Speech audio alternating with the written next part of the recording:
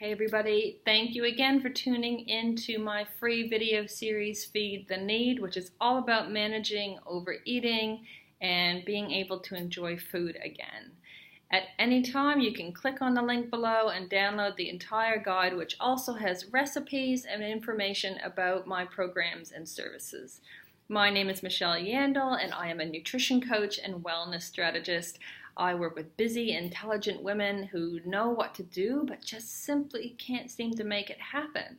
Maybe you've been on and off diets your whole life. Maybe you eat emotionally, self-sabotage.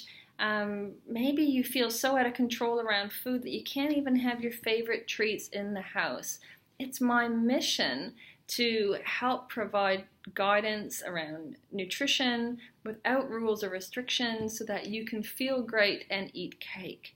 So if that sounded like you, then this video series is for you. And if you haven't seen the last videos, just go back and have a look and watch them first before we go on. So today's tip number 4, is about feeding the need. This is the crux of it all. So we've talked about pausing before we eat so we can check in with hunger. We talked about eating mindfully and sitting at the table. We've talked about stop to not label foods as good or bad or toxic or any other harmful terminology. And today we're talking about getting to the root of the issue. Because if you don't get to the root of the problem, it's just going to keep coming back over and over and over. Diet cycle, anybody? So feeding the need takes a little bit of work, and you may need some support with this. And this is something that I provide in my online courses and one-to-one coaching.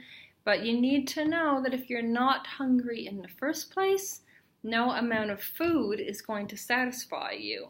And so finding out what your body actually needs is going to be the single best way to overcome emotional eating, binge eating, or just overeating in general.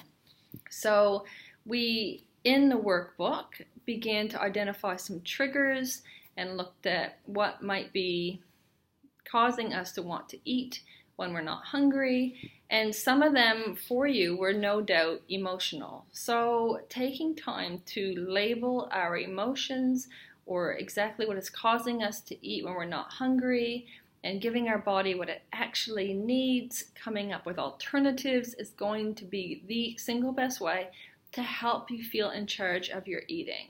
So if it's comfort that the food is providing for you, perhaps you need a hug. If it's companionship, you might need to reach out to a friend.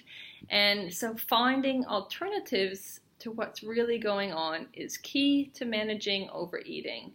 So take some time, download the ebook, and work through the questions that I've provided for you in the workbook, and start to pay attention to what is causing you to want to eat when you're not hungry to begin with.